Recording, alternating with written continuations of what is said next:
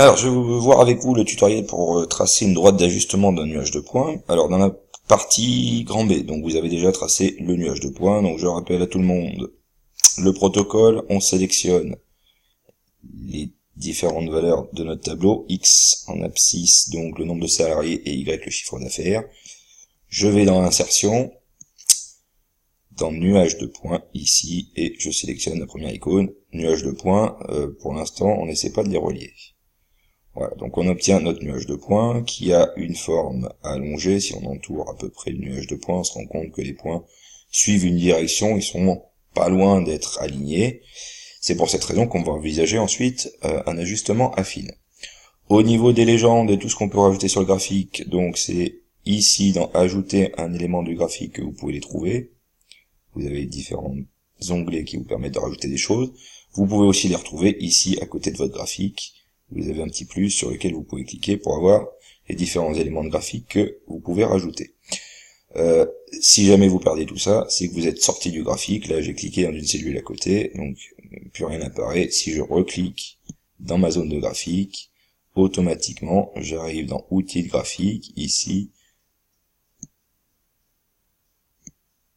et dans création, vous retrouvez l'onglet ajouter un élément de graphique, et puis vous retrouvez à côté de votre graphique aussi le petit plus. Donc là, je vous rappelle, vous pouvez ici rajouter, donc, il y a les axes horizontaux et principaux que vous pouvez éventuellement modifier. Vous pouvez rajouter des titres, sur l'axe horizontal, l'axe vertical. Vous pouvez rajouter un titre au graphique, de la manière que vous voulez, des étiquettes de données, du quadrillage. Donc là, il n'y a que le majeur sur l'axe horizontal et vertical. On peut rajouter ça histoire l'axe horizontal mineur et vertical également, de manière à avoir plus de précision. Et puis donc vous voyez qu'ici il y a un petit onglet courbe de tendance. Donc une fois que je l'ai sélectionné, je choisis pas directement linéaire, je vais dans l'onglet tout à fait en bas, autre option de la courbe de tendance. Et donc ici, automatiquement, par défaut, il clique sur linéaire, même si c'est un ajustement affine et non pas linéaire. Bon, mais pour lui, un ajustement linéaire est un ajustement affine. Vous voyez qu'on peut en choisir d'autres, qui pourront nous servir au cas où nos points ne paraîtraient pas vraiment alignés, en tout cas où le nuage de points n'aurait pas une forme allongée.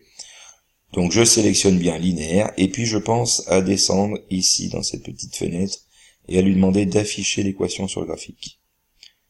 Automatiquement, vous voyez qu'il y a une droite qui est tracée, et au-dessus de cette droite, vous avez une équation qui va vous donner un lien donc entre X, c'est-à-dire le nombre de salariés, et Y, le chiffre d'affaires. Grâce à ce lien, vous allez ensuite pouvoir envisager des calculs qui vous permettront de calculer soit le chiffre d'affaires si vous connaissez le nombre de salariés, soit le nombre de salariés si vous connaissez le chiffre d'affaires. Voilà, maintenant à vous de jouer.